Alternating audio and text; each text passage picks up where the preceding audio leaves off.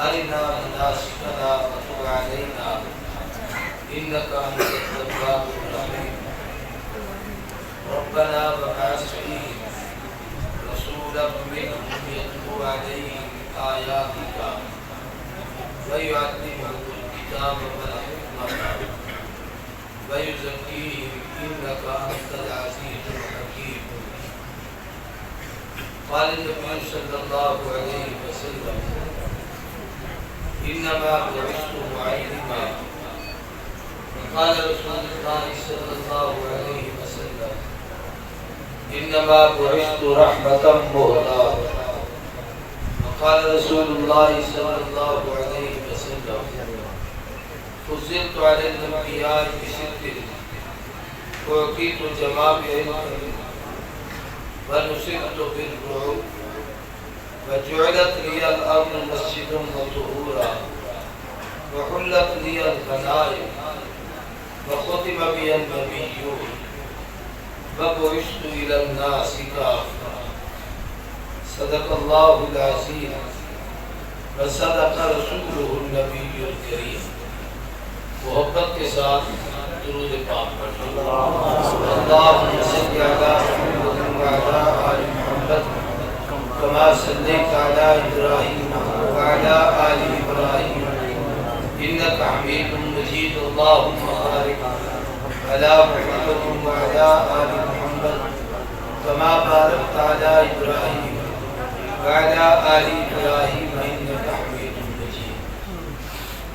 لائق کے سب تعظیم و تکریم اکابر علماء کرام، واجب الاحترام برادران اسلام، قابل قدر بزرگوں، دوستوں، بھائیوں، اور اگر میری آواز پہنچ رہی ہے اور سن رہی ہیں تو میری پردہ نشین غیرت مند مائیں، بہنیں اور بیٹی، آج کا یہ عظیم شان اجتماع آپ کے اس نوراوالی میں سیرت کمیٹی کے زیر اہتمام ماہ ربیع الاول کی مناسبت سے جو اجتماعات منعقد ہو رہے ہیں اسی سلسلے کی یہ ایک کڑی.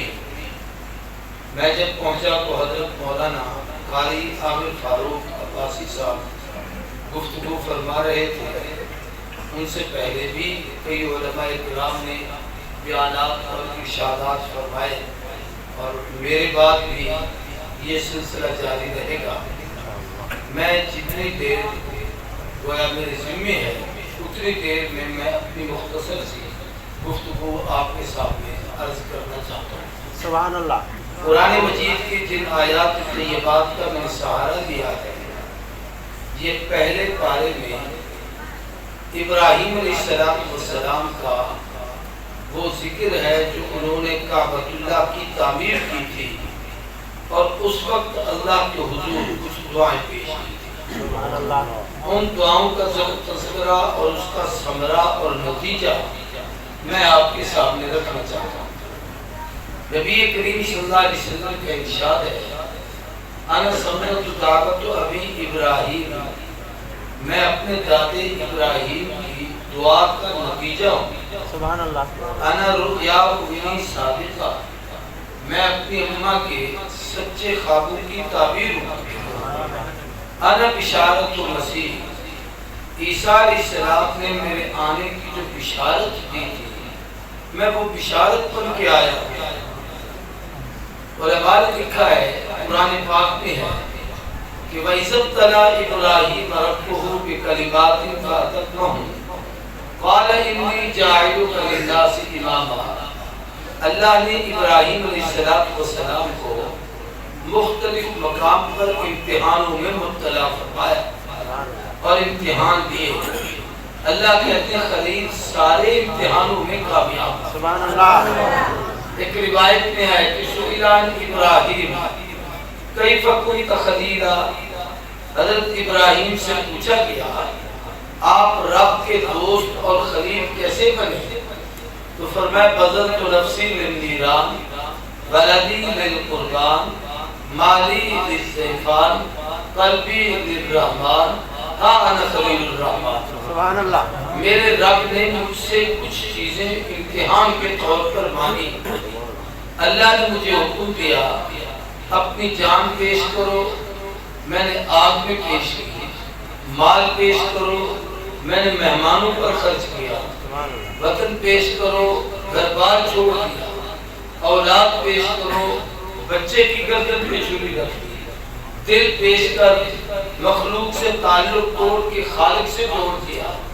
جب تمام امتحانوں میں کامیاب ہوا تو اللہ نے مجھے اپنا خلیل بنا دیا. سبحان اللہ. خلیل کا معنی دوست ہوتا ہے.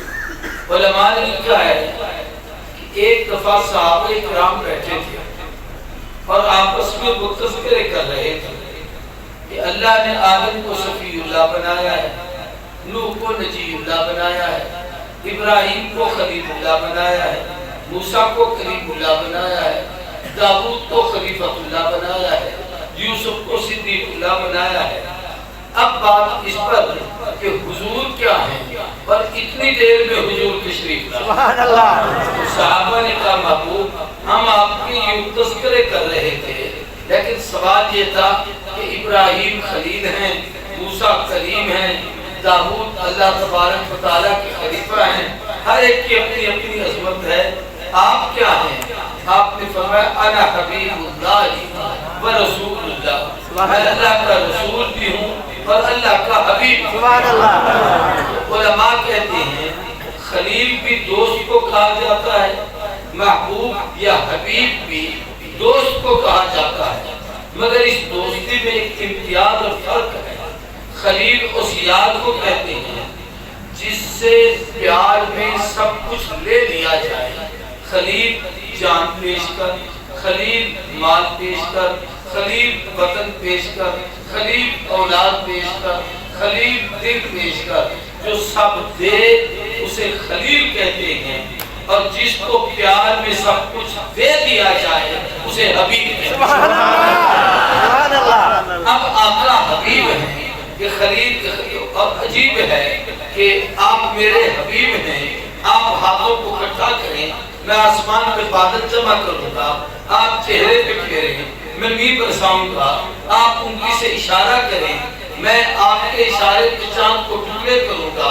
میرے محبوب جو ہیں ٹوٹے ہوئے بازو پہ ہاتھ پھیریں، تندرست کر دوں گا. محبوب جو ہیں نکلی ہوئی آنکھ پہ ہاتھ پھیریں، صحیح سالم کر دوں گا. میرے محبوب جو ہیں آپ ابو ہریرہ کی اماں کے لیے ہاتھ اٹھائیں، میں کلمہ پڑھا دوں گا. محبوب جو ہیں کعبے کی چوکھٹ کو پکڑ کے مانگے، عمر کو کلمہ پڑھا کے آپ کے سبحان اللہ. نعرہ تکبیر. اللہ اکبر. دیوبند زندہ باد. نعرہ مصطفیٰ زندہ باد. توجہ میری طرف رہے. تو خلیل نے اللہ نے آزمایا، ان میں جو سب سے آخری امتحان تھا وہ یہ تھا کہ میرے خلیل اس جنگل بیابان میں، سنسان میں، ویران میں، جہاں دور دراز تک کسی آبادی کا نام و نشان نہیں ہے، جہاں پر صورتحال یہ ہے کہ پانی کا نشان نہیں ہے، کسی سبزے اور درخت کا نشان نہیں ہے. میں اب جب ادھر اندر آیا نا آپ کے اس علاقے میں تو مجھے 1971 میں ہم یہاں پڑھتے تھے. 71 کی جب جنگ ہوئی تو اس وقت میں رہی خان پڑھتا تھا. تو ہم اپنے مدرسے سے جب نور علی کی طرف آتے تھے تو بڑا جنگل کراس کر کے آنا پڑتا تھا، ڈر لگتا تھا کہ اکیلے وہاں نہیں جا سکتے. اب میں حیران ہوں کہ لگتا ہے سارا رحیمہ خان ہے ہی. تو علاقے آباد ہوتے ہیں. تو خلیل جب کعبہ بنا رہے تھے تو جنگل بیابان تھا، سنسان تھا، ویران تھا، دور دراز تک آبادی کی نشان نہیں تھا. اللہ نے حکم دیا یہاں میرا گھر بنا. سبحان اللہ. اب جو گھر بنایا وہ بڑا عجیب تھا. پتھر اکٹھے کیے، ان پتھروں سے کعبے کو تعمیر کیا. اور قرآن کہتا ہے وَإِذْ يَرْفَعُ إِبْرَاهِيمُ الْقَوَاعِدَ مِنَ الْبَيْتِ وَإِسْمَاعِيلُ. ابراہیم اور اسماعیل نے کعبے کی بنیادوں کو اٹھایا. سبحان اللہ. سوال آپ سے ہے کہ بنیاد کھودی جاتی ہے یا اٹھائی جاتی ہے؟ کھودی جاتی ہے بنیاد. سارے بولو کھودی جاتی ہے. قرآن نے کھودنے کا ذکر نہیں کیا کہ خلیل نے کھودی. یرفعو اوپر کی. اس سے پتہ چلتا ہے یہ کعبہ کہیں پہلے سے تھا، اس لیے حضور نے فرمایا اول الارض بھی کعبہ ہے کہ سب سے پہلے آج جہاں کعبہ ہے اس جگہ اللہ نے نور کی تجلی ڈالی تھی، پھر وہیں سے زمین کو پوری کو کھینچا گیا. تو چاروں طرف پوری کائنات ہے، درمیان میں اللہ نے اس کعبے کو بنایا ہے. اور اوسط الارض بھی کعبہ ہے کہ زمین کا وسط بھی یہی ہے. ہر طرف سے زمین دیکھو برابر برابر ہوگی، کعبہ درمیان میں ہے. اور علماء کہتے ہیں آخر الارض بھی کعبہ ہے کہ اللہ جس وقت کائنات کی بساط کر پھیریں گے اور دنیا کو ختم کریں گے تو وہاں اس وقت کوئی بدبخت ایسا آئے گا جو کعبے پہ حملہ کرے گا اور حجر اسود کو توڑے گا.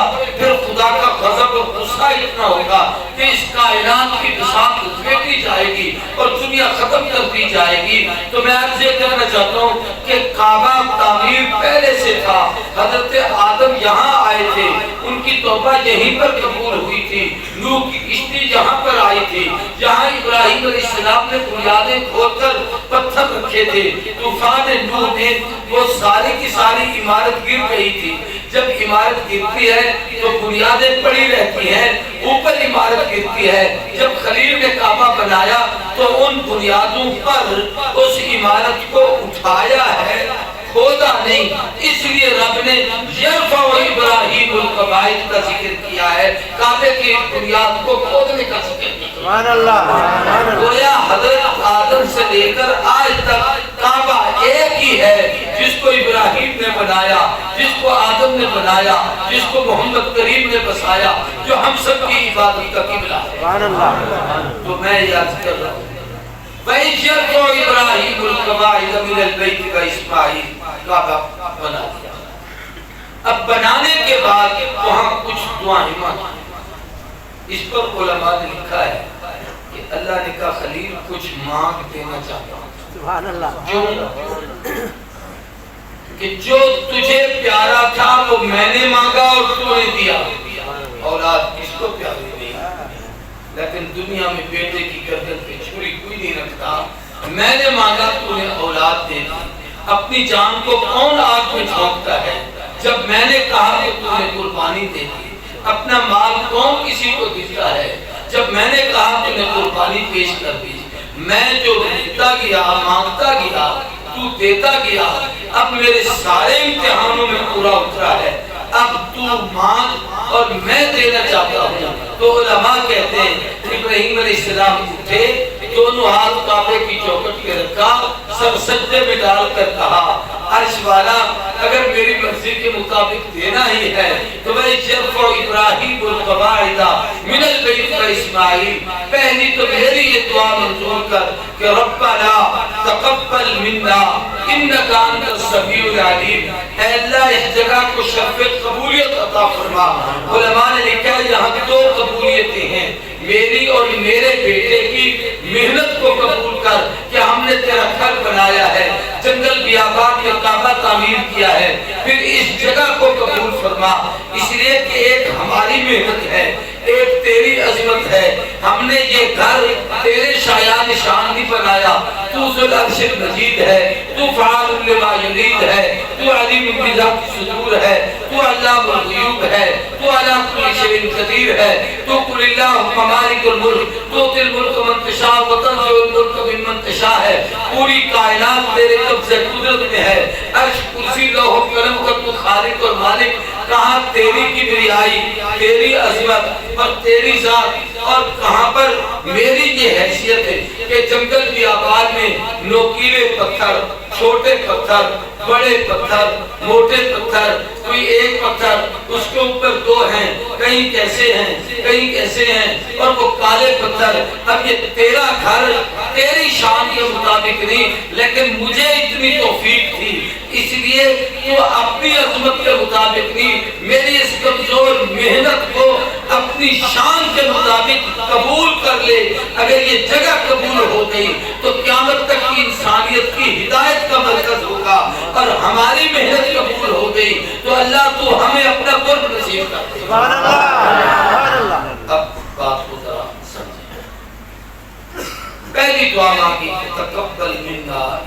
ہمارے تبلیغی بھائی کہتے ہیں قابلیت کمال نہیں، قبولیت کمال ہے۔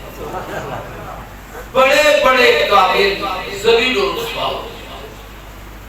سیالکوٹ میں ایک دفعہ ہمیں جلسے کرتا شیخ الحدیث مولانا نذیر احمد صاحب رحمۃ اللہ علیہ فیصل آباد کے عالم تھے، جامعہ دادیہ کے محترم تھے، وہ بھی میرے ساتھ، بلکہ میں ان کے ساتھ تھا، وہ بڑے تھے، میں تھوڑا تھا۔ وہاں جس مسجد میں ہمارا جلسہ تھا انہوں نے کہا مولانا اس مسجد کی تاریخی بات بتائیں۔ میں نے کہا بتاؤ۔ کہ مرزا غلام قادیانی مردود یہاں امام رہا، یعنی یہ اس دور کی بات ہے جب اس نے یہ جھوٹا نبوت کا دعویٰ نہیں کیا تھا، اور اس سے پہلے مسلمانوں کا بڑا مناظر بن کے آریہ سماجوں کے ساتھ، ہندو کے ساتھ، بے دینوں کے ساتھ مناظرے کرتا تھا، اس وقت وہ یہاں امام ہوتا تھا۔ لیکن قابلیت تو بڑی تھی، قبولیت نہیں، مردود ہوا، ملعون ہوا، جنت سے دور ہوا، اور جہنم کا ایندھن بنا، اور بیت الخلاء میں مرا، اور پھر نبوت کا جھوٹا دعویٰ کیا۔ امت نے بھی اسے کافر کہا، حکومت نے بھی اسے کافر کہا، عدالتوں نے بھی اسے کافر کہا، اسمبلی میں نے بھی اسے کافر کہا۔ گویا اس کا کفر پوری دنیا پر اتنا آشکارا ہے کہ حتیٰ کہ غیر مسلموں نے بھی جس وقت وہ جو قومی اسمبلی میں ختم نبوت کے مسئلے کی تحریک چل رہی تھی، 130 ممبروں میں سے کسی غیر مسلم نے بھی یہ نہیں کہا کہ میں اس کو مسلمان مانتا ہوں۔ انہوں نے کہا جو عقیدہ مسلمانوں کا اس کے متعلق ہے، ہم یہودی صحیح، ہم عیسائی صحیح، ہم اقلیتی صحیح، ہمارا عقیدہ بھی قادیانوں کے متعلق وہی ہے جو کلمہ پڑھنے والا۔ تو میں یہ عرض کر رہا ہوں کہ اللہ کے ہاں قبولیت کی ضرورت۔ دوسری دعا مانگی، ربنا وجعلنا مسلمین لک ومن ذریتنا امة مسلمة لک۔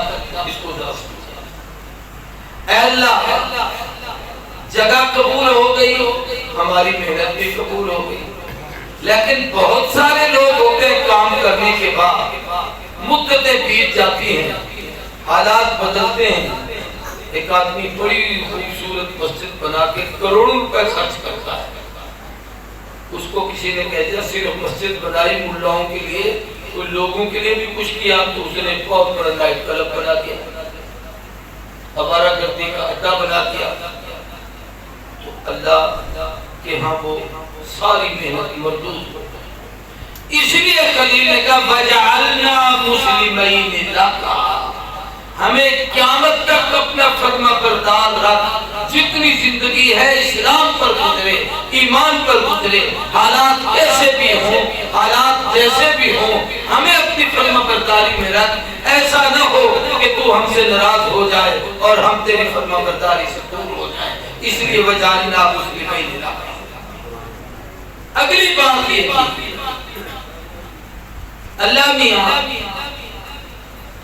ربنا وجعلنا مسلمین لک ومن ذریتنا امة مسلمة لک، اور ہماری اولاد میں سے جو ہم یہاں پر ہیں، ابراہیم علیہ السلام تھے، اسماعیل علیہ السلام تھے، ہماری جتنی نسلیں آگے چلیں، ان نسلوں میں ایک امت پیدا کر جس کا نام امت مسلمہ۔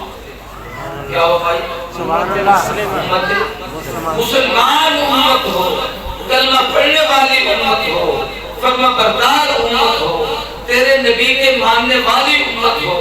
وہ امت اس کعبے میں رہے، وہ امت اس کعبے کو آباد کرے، وہ امت اس کعبے کی حفاظت کرے، وہ امت اس کعبے میں عبادت کرے، وہ امت اس کعبے کا طواف کرے، وہ امت اس کعبے کے ساتھ وابستہ رہے۔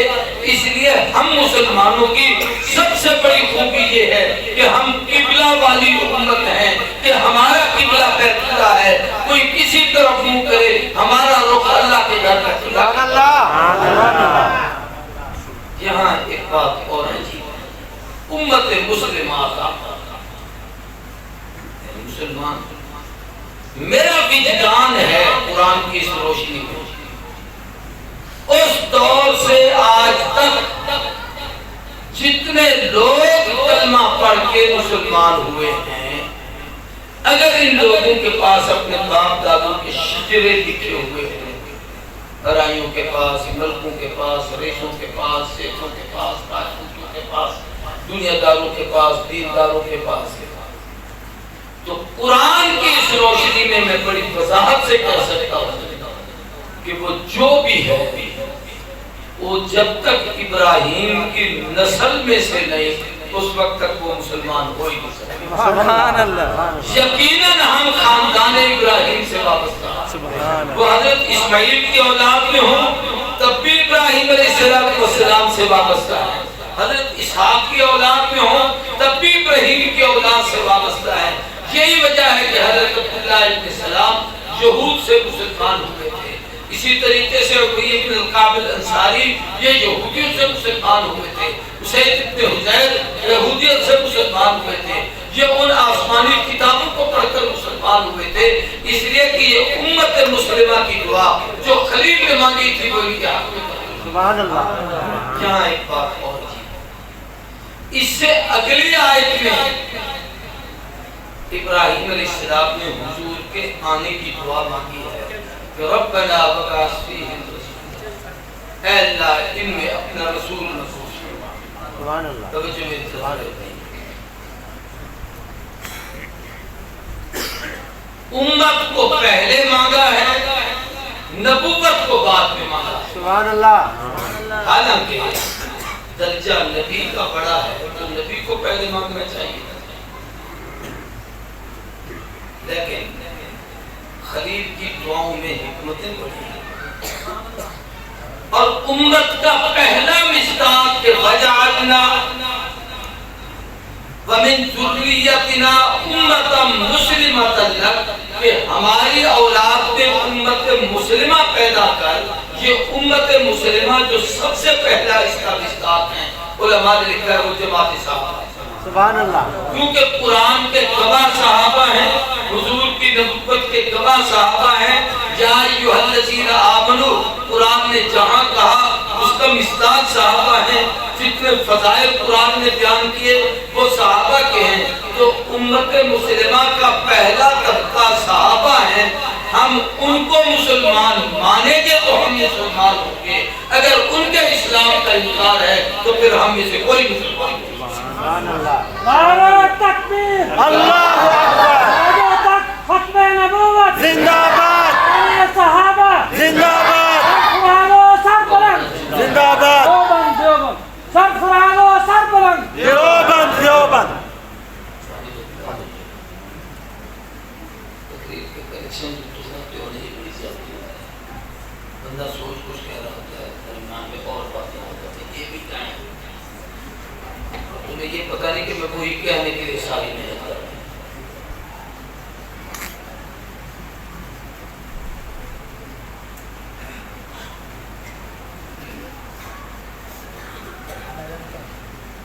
ادھر دیکھو خصوصی سے سبحان اللہ۔ میری طرف دیکھو، میں آپ کو دیکھ رہا ہوں، آپ کہیں اور دیکھ رہے ہیں، ادھر دیکھیں۔ تو صحابہ کو پہلے مانگا، نبی کو بعد میں مانگا، حالانکہ درجہ صحابہ کا بڑا ہے۔ شیخ الحدیث مولانا زکریا کامل بھی نے اس پر ایک نکتہ لکھا ہے، جو صحابہ سے ہم مسلمان محبت کرتے ہیں ان کو سمجھنا چاہیے۔ وہ فرماتے ہیں کہ مسجد بہت خوبصورت بنا دو، امام بھی بہت اچھا رکھ دو، لیکن نمازی نہ ہوں تو کن کو نماز پڑھا جائے؟ مدرسے کی عمارت بڑی خوبصورت بنا دو، استاد بھی بہت بڑا قابل بٹھا دو، شاگرد نہ آئے تو پڑھائے گا کس نے؟ پیر صاحب کو بھی بلا کر لے آؤ اور وہ بھی یہاں آ کر بیٹھ جائیں، مرید نہ ہوں تو ذکر کن کو سکھائیں؟ سبحان اللہ۔ خلیل نے کعبے کی آبادی کے لیے حضور سے پہلے جماعت مانگی ہے، پھر نبی امام مانگا ہے، پہلے مقتدی مانگے ہیں، پھر امام مانگا ہے، پہلے شاگرد مانگے ہیں، پھر استاد مانگا ہے، پہلے مرید مانگے ہیں، پھر مرشد مانگا ہے، پہلے طلباء مانگے ہیں، پھر معلم مانگا ہے، تاکہ حضور جب آئیں تو یہ جماعت تیار ہو اور وہ پڑھ رہے ہوں، وہ سوچ رہے ہوں۔ اس لیے جب حضور نے اعلان نبوت کیا تو ابو بکر صدیق شیخ حضرت یمنی کو مل کر حضور کے آنے کی اطلاع پا چکے تھے۔ عمر بن خطاب کو حضور کے آنے کا پتہ لگ چکا تھا۔ عبداللہ ابن سلام کو تورات انجیل میں تذکرے پڑھ چکے تھے۔ آسمانی کتابوں کو دیکھنے والے اس انتظار میں تھے کہ حضور کب آتے ہیں۔ 400 جیت علماء کے مدینے میں محلات تعمیر ہوئے تھے، اس کے اوپر ایک بالا خانہ بنا تھا کہ وہ نبی ہجرت کر کے یہاں آئیں گے، ادھر ٹھہریں گے۔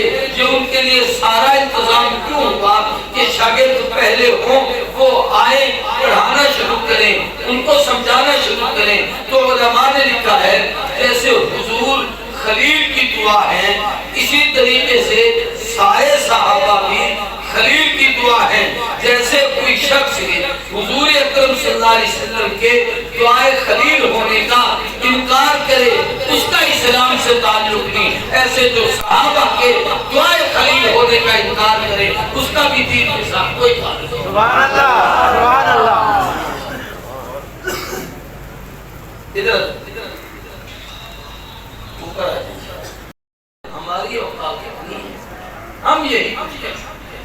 اس لیے یہ اہل تصوف لوگ آپ کہتے ہیں کہ جتنا کر سکتے ہو کرو، اس کی رحمت کے امید پاؤ۔ سبحان اللہ، سبحان اللہ۔ دوسری دعا یہ تھی کہ ہمیں بھی اس کام میں لگائے رکھ اور ہماری نسلوں کو بھی اس کام کے لیے قبول فرما۔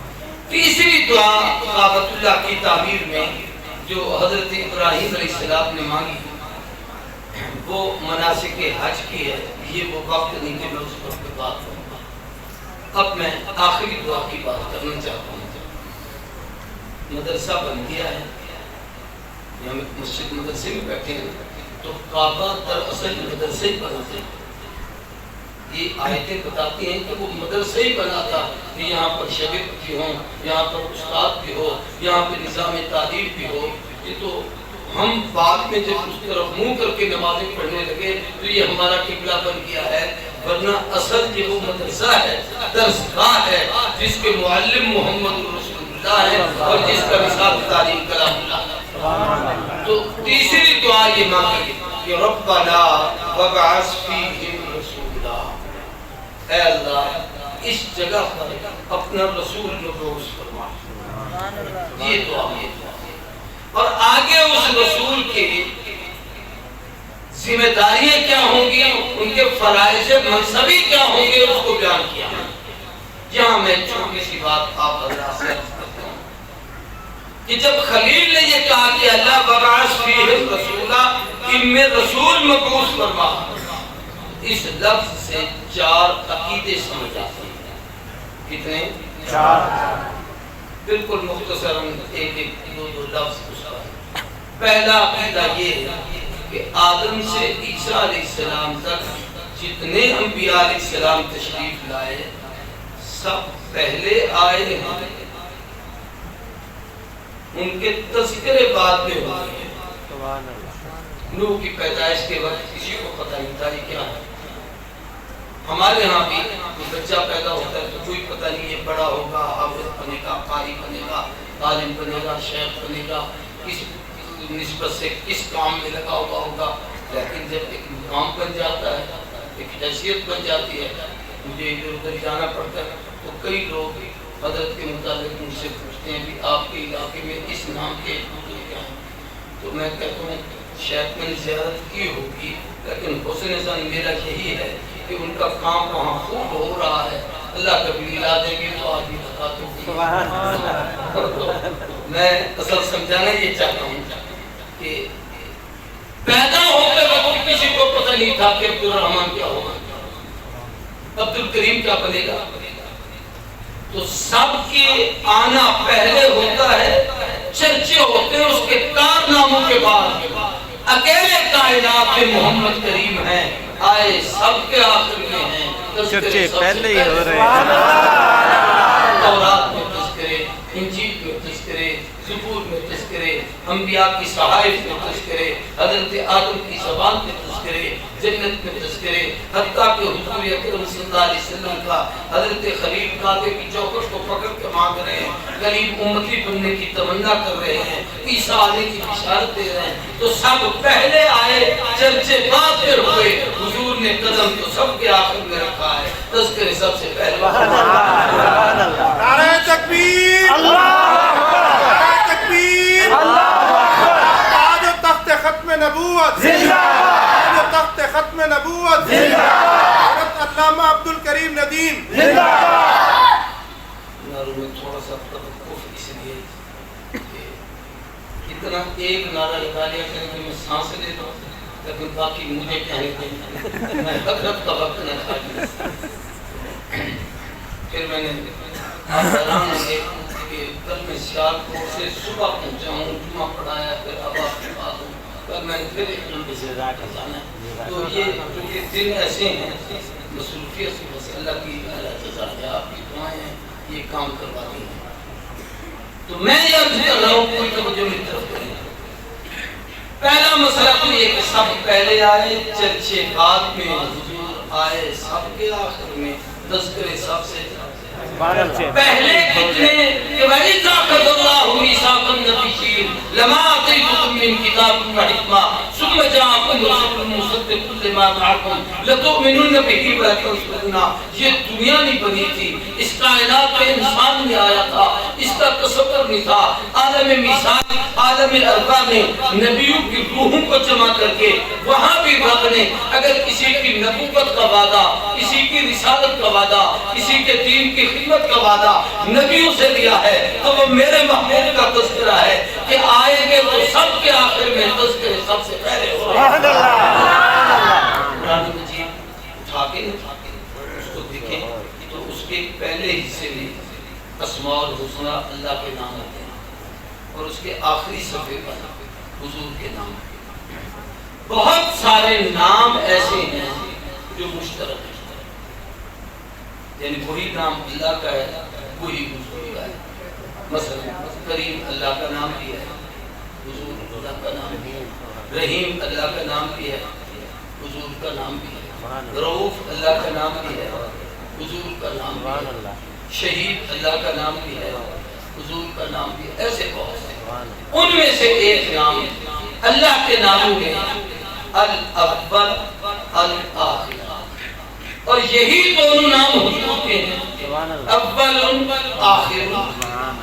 اب یہ تو عربی پڑھنے والے سمجھتے ہیں کہ الاول وہاں کیوں اور یہاں الف لام کے بغیر اول اور آخر کیوں، لیکن میں جو بات سمجھانا چاہتا ہوں، مگر جب معنی کریں گے تو لفظ تو ایک ہی ہوگا، معنی ان کی عظمت اور شان کے مطابق ہوگا۔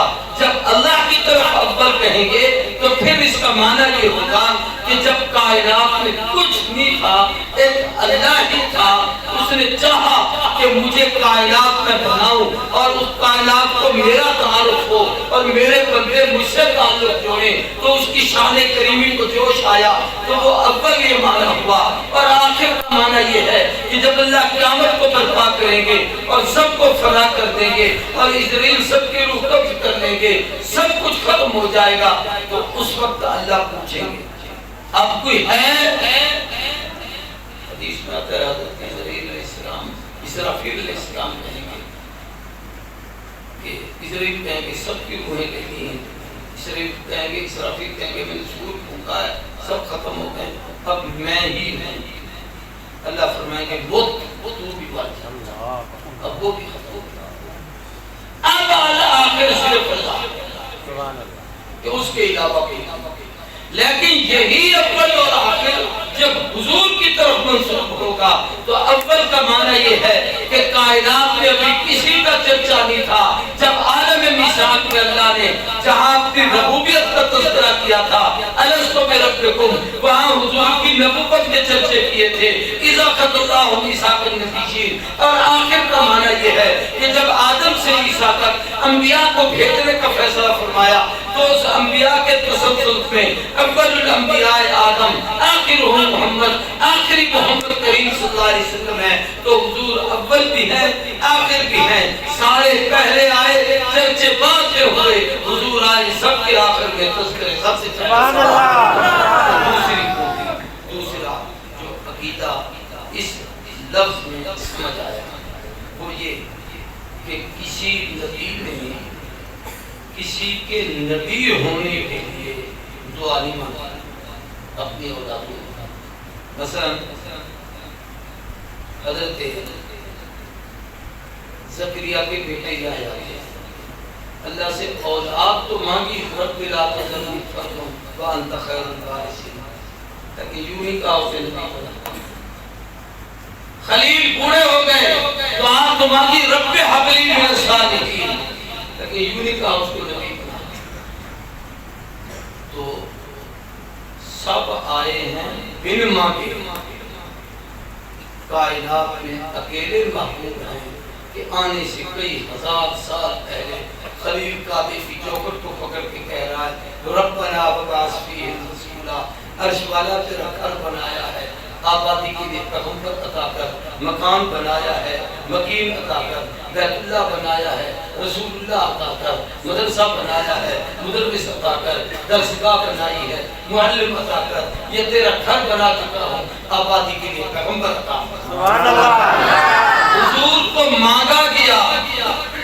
یہاں ایک مسئلہ اور بھی چھوٹا سا سمجھ آ سکتا ہے، اللہ کہتا ہے میرا نبی اتنا سستا نہیں تمہارے پاس آ جائے، جب تک خلیل نے جان دے کے، مال دے کے، وطن دے کے، اولاد دے کے، سب کچھ قربان کر کے، کعبے جیسی عظمت کی جگہ کو تعمیر کر کے، کعبے کی چوکھٹ کو پکڑ کے روکے، جب تک مانگا نہیں میں نے نہیں دیا، میں تمہارے پاس کیسے بھیج دوں؟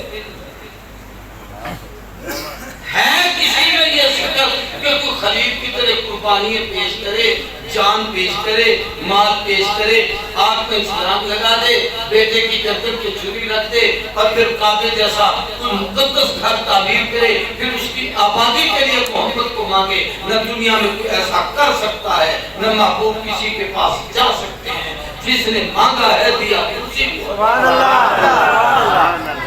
تیسرا مسئلہ جو اس دعا سے سمجھ آتا ہے، میں نے کہا 4 مسئلے ہیں جو اس دعا میں ہیں وہ سمجھ آتا ہے، ان میں سے تیسرا مسئلہ یہ ہے توجہ دے کہ اللہ یہ تیرے محبوب آئیں گے، 2 چیزیں بتا، ایک تو یہ کہ آئیں گے کہاں، دوسرا یہ کہ کن میں سے آئیں گے، کہاں آئیں گے، کن میں سے آئیں گے۔ تو اللہ نے فرمایا کہ میں ناانصاف تو ہوں، میں تو رب ہوں، مجھ سے بہتر انصاف کرنے والا کون ہو سکتا ہے؟ یہ تو کوئی بات نہیں کہ راتوں کو رو رو کے مانگے خلیل اور میں دوں جبریل کو، مجھے کون نہیں سکتا ہے؟ سبحان اللہ۔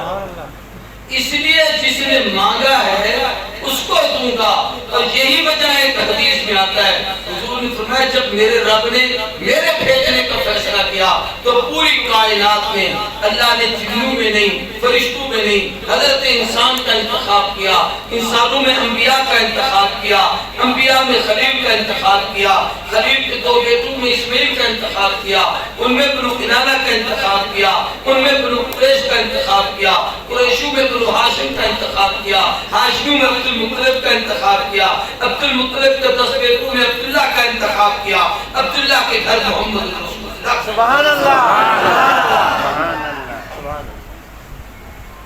اس پر ایک چھوٹی سی بات اور بھی کہہ دیتا ہوں، صرف یہ سمجھ کر کہ انسانوں میں آئے ہیں تو اپنے آپ پر منتقل کرنا شروع کر دینا جیسے ہم ویسے کو، یہ کئی جاہل ہوتے ہیں، ساڑھی طرح کھاندہ سی، پیندہ سی، اڑدہ سی، پیدا سی، تقریر ہوتی ہے، یہ بات نہیں۔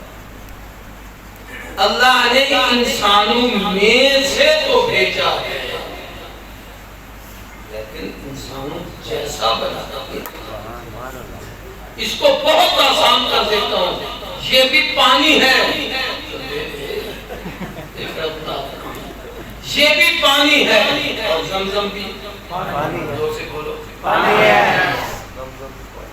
کنویں میں بھی پانی ہے, ٹوٹیوں میں بھی پانی ہے, یہ جگ میں بھی پانی ہے, بارش کا بھی پانی ہے, سمندر کا بھی پانی ہے, دریا کا بھی پانی ہے, اور زمزم بھی پانی ہے.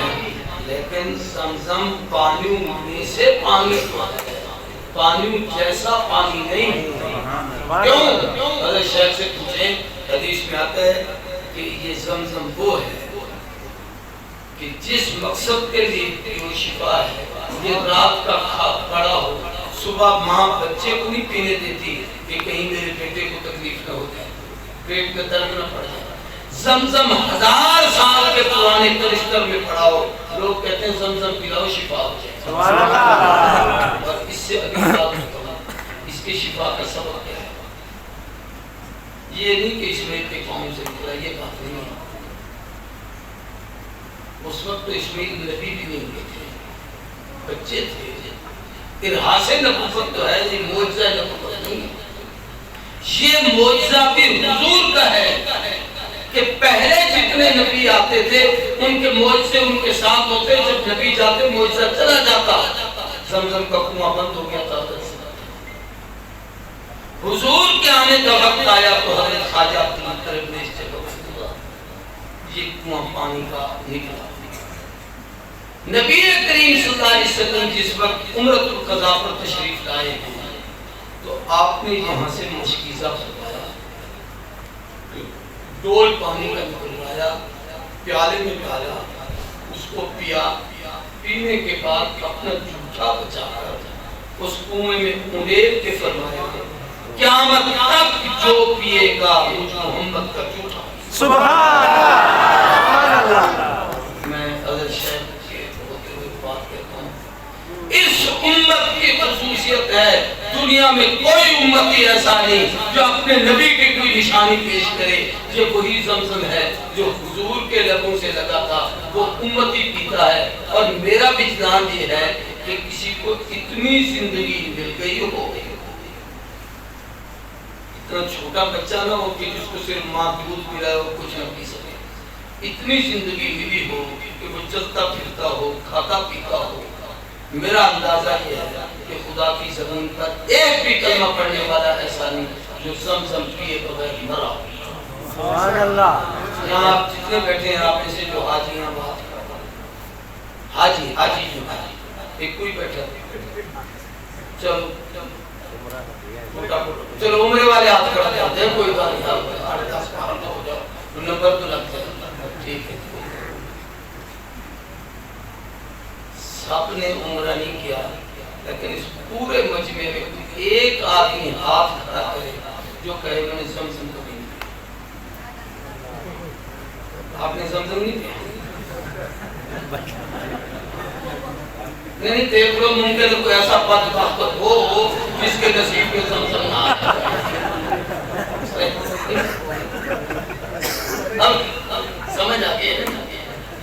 تو سب نے پیا ہے, یہ حضور کے امتی ہونے کی علامت ہے کہ ہم نبی کا جھوٹا پیتے. سبحان اللہ. اگلا اجازت آگے چل کے بتاتا ہوں, یہ سمجھیں.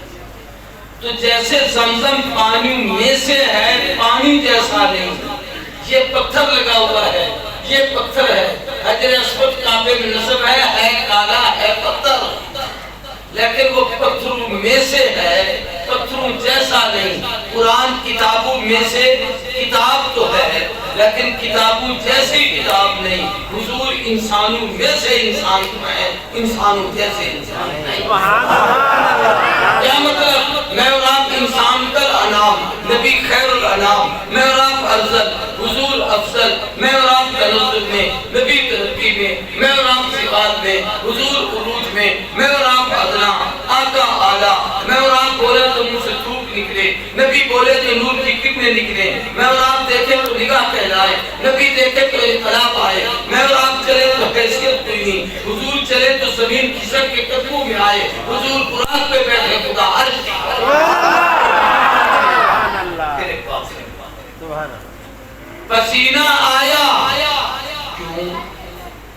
میں کوئی فرشتہ تھوڑی ہوں کہ مجھے پسینہ نہ آئے انسان، لیکن اس پسینے میں کستوری سے زیادہ خوشبو بے شک اور میں آیا اس لیے کہ تم میں سے ہوں، خوشبو اس لیے ہے کہ تم جیسا نہیں ہو، سبحان اللہ سوتا ہوں آقا آپ کو نیند آتی ہے تھک جاتے ہیں، پر میں کوئی فرشتہ تھوڑی ہوں کہ نہ سوؤں، انسان ہوں، اللہ کہتا ہے یا مزملکم اللیل الا قلیلا،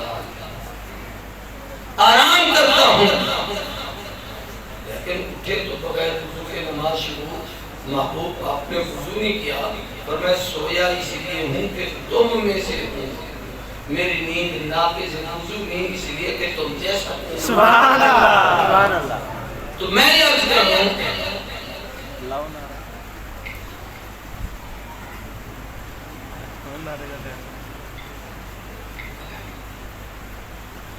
چوتھی چیز یہ کہ اے اللہ کو حضور آئیں گے کہاں، اور میں جو درس کا بنائی ہے نا اس کے لیے مانگا ہے، وہ اس زمین پر آئیں گے مکہ المکرمہ، اس لیے آقا کو معلم کائنات بنایا ہے، پوری انسانیت کا ہادی بنایا ہے، شرق کے نبی، غرب کے نبی، شمال کے نبی، جنوب کے نبی، عرب کے نبی، عجم کے نبی، پوری کائنات کے نبی، جن و ملک کے نبی، حور و فلک کے نبی، چودہ قبر کے نبی، عرش و کرسی کے نبی، ساری خلق کے نبی، خالق کے نبی، سبحان اللہ سبحان اللہ، تو رب کے نبی ہیں، لیکن اللہ نے کہا گھر گھر نہیں بھیجوں گا، در در نہیں بھیجوں گا، محبوب جہاں خلیل نے مانگا ہے نا تو یہاں آ، تجھے در در پہ جانے کی ضرورت نہیں، ابو بکر بنو تمیم سے چل کر تیرے قدموں میں، عمر بنو عدی سے اٹھ کر تیری غلامی میں، عثمان بنو امیہ سے چل کر آپ کے قدموں میں، علی بنو قریش سے چل کر آپ کی غلامی میں، سلمان فارس کو چھوڑ کر آپ کے قدموں میں، ابو ہریرہ یمن سے چل کر آپ کے قدموں میں، جبریل سدرہ سے اتر کر آپ کے قدموں میں، براق جنت سے نکل کر آپ کی غلامی میں، قرآن کلام میرا ہے، میں تو جگہ اور مقام سے پاک ہوں، مگر جب تیرے سینے عذاب سے لگا ہے، تو مکے میں رہ تو قرآن مکی ہے، تو مدینے میں رہ تو قرآن مدنی ہے، یہ سب تیرے در پر، تو سب کو لے کر خدا کے در سبحان اللہ اب میں اگلی بات کہتا ہوں، آئے اس کام کے لیے وہ اس آئے کہ اللہ کو محبوب چار کام کریں، سب سے پہلا کام یتلو علیہم آیاتک، تیری آیتیں ان کو پڑھ پڑھ کر سنائے، علماء کہتے ہیں جیسے اس امت کی یہ خصوصیت ہے کہ ہر امتی کا جھوٹا پیتا ہے، ایسے اس امت کی یہ خصوصیت ہے کہ قرآن وہ کتاب ہے جو اللہ کی پاک زبان کما ہوا یلیق بشانہ، جیسے اس کی شان ہے اس کے اندر سے جیسے باہر نکلا ہے، وہی کلام ہمارے پاس ہے۔ اب اندر سے کیا باہر نکلا، میرے طرف دیکھیں، اگر شیخ بیٹھے ہیں صاحب تصوف آدمی ہیں، صاحب علم آدمی ہیں، تو بولیں گے روحانیت بھی نکلے گی، علم بھی نکلے گا، تقویٰ بھی نکلے گا، بزرگوں والی باتیں بھی سمجھ آئیں گی۔ حافظ صاحب بیٹھے ہیں، وہ بولیں گے اندر سے قرآن آئے گا، وکیل بولے گا تو وکالت کی باتیں کرے گا، تاجر بولے گا تو تجارت کی باتیں کرے گا، کوئی دنیا دار بولے گا تو دنیا کی باتیں کرے گا، جو اندر ہوتا ہے وہ باہر آتا ہے۔ اللہ کہتے ہیں، خلیل کہتا ہے اللہ اس نبی کو بھیج جو تیرے اندر کی چیزیں ہیں وہ بولے۔ سبحان اللہ سبحان اللہ نبی کے اللہ کے اندر کیا ہے، اللہ کی آیات ہیں، قرآنی آیات ہیں، اللہ حکیم ہے اس لیے قرآن حکیم ہے، اللہ کریم ہے اس کا نام قرآن کریم ہے، اللہ عظیم ہے اس کا نام قرآن عظیم ہے، اللہ تبارک و تعالیٰ قدیم ہے اس لیے یہ کلام قدیم ہے۔ اللہ اپنی صفات کو ظاہر کرنا چاہتے تھے تو اس نے اپنے کلام میں رکھی. اب جو قرآن پڑھنا شروع کرتا ہے تو رب کی صفتیں زبان سے باہر نکلتی ہیں. یہ وہ محبوب نے سکھایا کہ رب سے تعلق رکھنا ہے.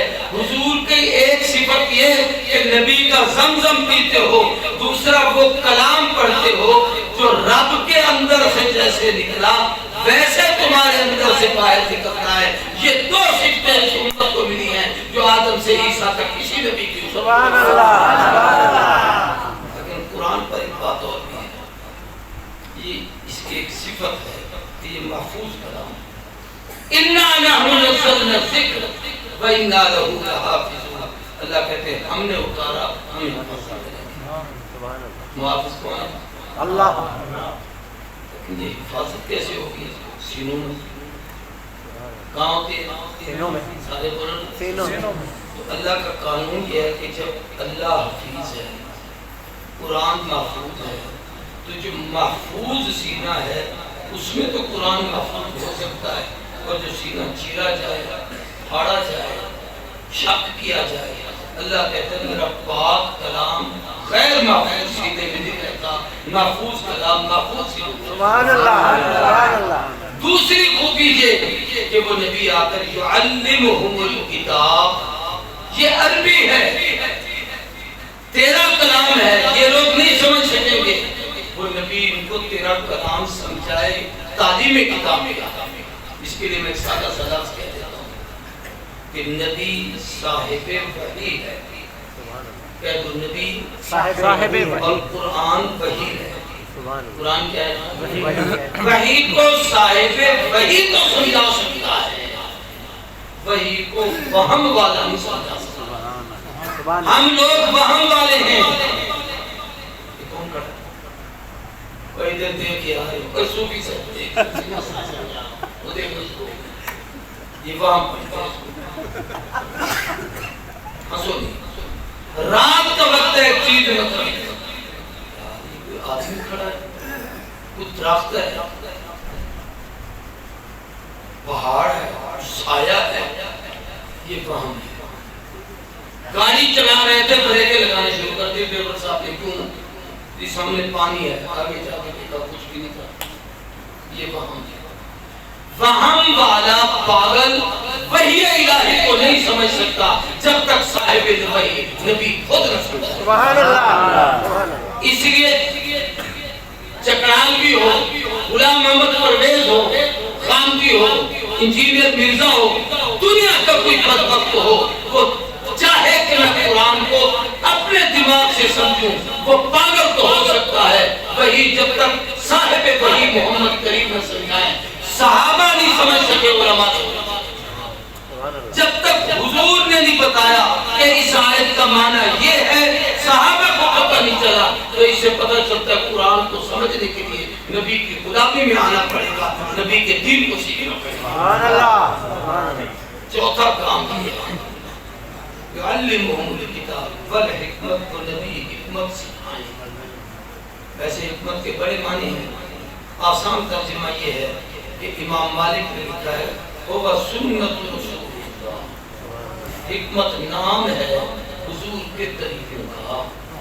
کھانا کھانے کا طریقہ کیا ہے, پانی پینے کا طریقہ کیا ہے, سونے کا طریقہ کیا ہے, جاگنے کا طریقہ کیا ہے, کسی سے ملنے کا طریقہ کیا ہے, بڑوں کے احترام کا طریقہ کیا ہے, چھوٹوں کی شفقت کا طریقہ کیا ہے, یہ سب کچھ حضور نے سکھایا. اور اتنی کامل زندگی کے ولادت سے وفات تک, دن سے رات تک, رات سے دن تک, معاشرت میں, معیشت میں, سیاست میں, اقتصادیات میں, معاملات میں, حالات میں, ہر لحاظ سے رہبری ہو, وہ سوائے محمد کریم کی زندگی میں آدم سے عیسیٰ تک کسی نبی کی کس طریقے سے زندگی محفوظ نہیں جیسے حضور کی زندگی محفوظ. اور آخری کام خلیل کا فَيُزَكِّي, ان سب کے اندر پاک. اندر کیسے پاک ہوگا, میں ایک سادی سی بات کہتا ہوں.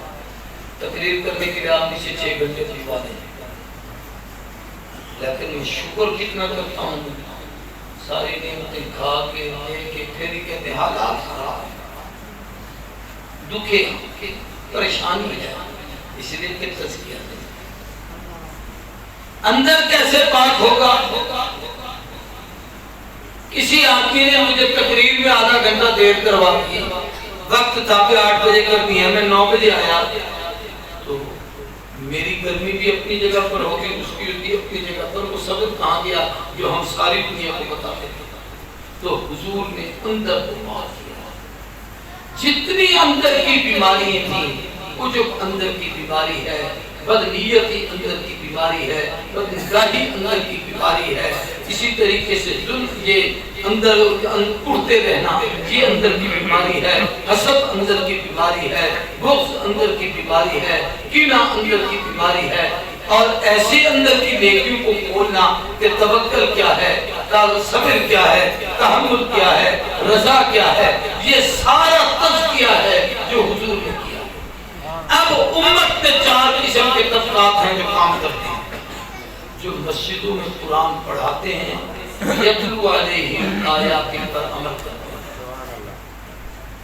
جو مدارس میں قرآن کی تفسیر پڑھاتے ہیں، وہ یعلمہم الکتاب پر عمل کرتے ہیں، جو علم حدیث پڑھاتے ہیں، وہ بالحکمہ پر عمل کرتے ہیں، اور جو اللہ اللہ سکھاتے ہیں وہ ویزکیہم پر عمل کرتے ہیں۔ حضور کی اکیلی شخصیت جامع تھی، امت میں یہ 4 طبقات بنے، چاروں حق ہیں اور چاروں سے سیدھا جنت کا راستہ دکھا رہے ہیں، ان چاروں سے وابستہ رہو گے تو ہدایت ملے گی۔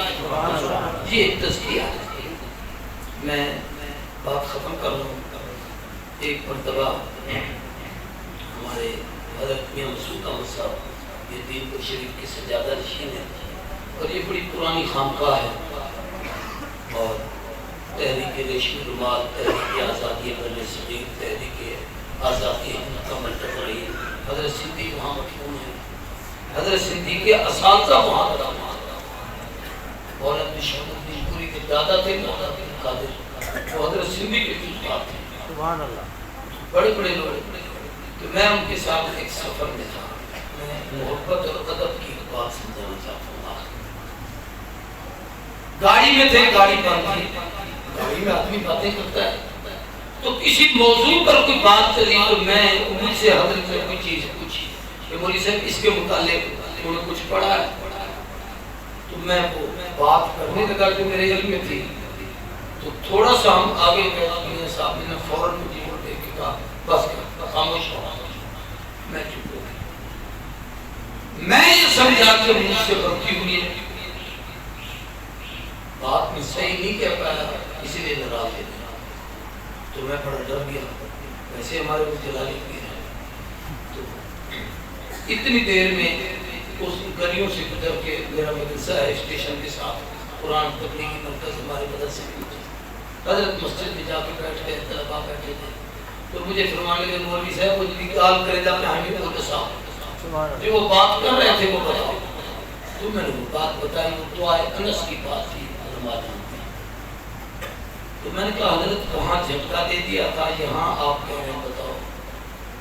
فرمانے لگے ہم جہاں سے گزر رہے تھے وہ گلیاں تھیں، بازار تھا، گٹر کی نالیاں تھیں، گندگی تھی، نبی کریم صلی اللہ علیہ وسلم نے فرمایا اللہ کے ہاں سب سے محبوب جگہ احب البلاد الی اللہ مساجدها وابغض البلاد الی اللہ اسواقها، سب سے محبوب جگہ مسجد ہے، سب سے زیادہ مقبوض منحوس مردود اور گندی جگہ جو خدا کو ناپسند ہے وہ بازار ہے۔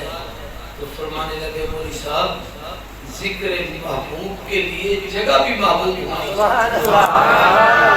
صرف میں یہ سمجھا کتنے بڑے دکھ کی بات ہے کہ کہاں روضہ اطہر کا مقام، کہاں تیری گلیوں کا مقام کہ یہاں روزے کی شبیہ بنا دی، نیچے گٹر کی جگہ چلی، کہاں خدا کا گھر کعبۃ اللہ، کہاں میں اور آپ یہاں پر کعبے کی شبیہ بنا دی۔ تو یہ بے ادبی ہے۔ ادب کا تقاضا یہ ہے کہ حضور نے اپنی ولادت کی خوشی منائی، میں وہ بھی آپ کو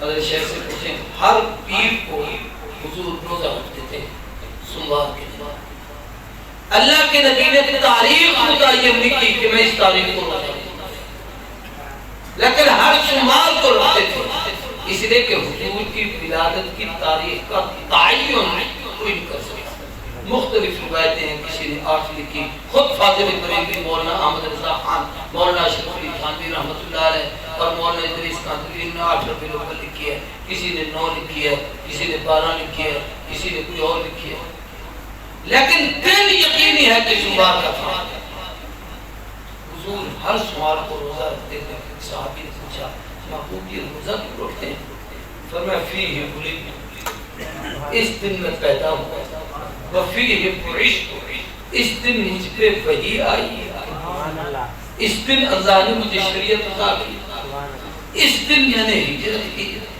اس دن میں مدینے پہنچا تو اس دن سے مجھے پیار ہے رب کا شکر ادا کرنے کے لیے کہ اللہ نے مجھے نبی بنا کے ختم نبوت کا تاج سجا کے کائنات کا والی و وارث بنا کے مجھے دنیا میں اس دن بھیجا تو اس کا شکریہ کیسے ادا کرتا ہوں سارے بولو کیا کر کے روزہ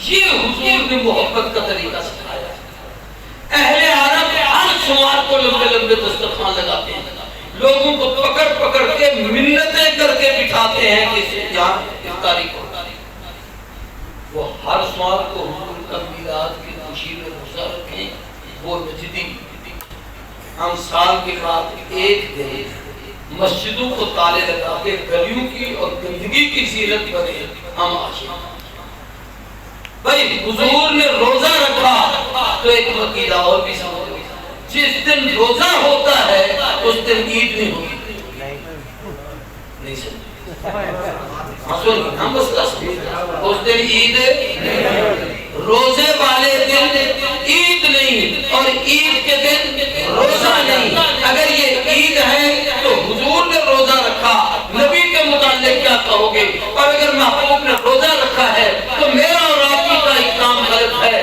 کہ ہم اس کو عید کا دن دیتے ہیں عید کے دن روزہ رکھنا سمجھانے کے لیے کہہ رہا ہوں شیطان کا کام ہے اور روزے کے دن کھانا پینا یہ بھی شیطان کا کام ہے میرے نبی نے اپنی ولادت کے روزہ رکھ کر رب کا شکر ادا کیا ہے جشن نہیں منایا امت کو مشن دیا کہ میری زندگی یوں ہے اور اس کے مطابق اپنی زندگی گزارو اللہ ہم سب کو سمجھنے کی توفیق عطا فرمائے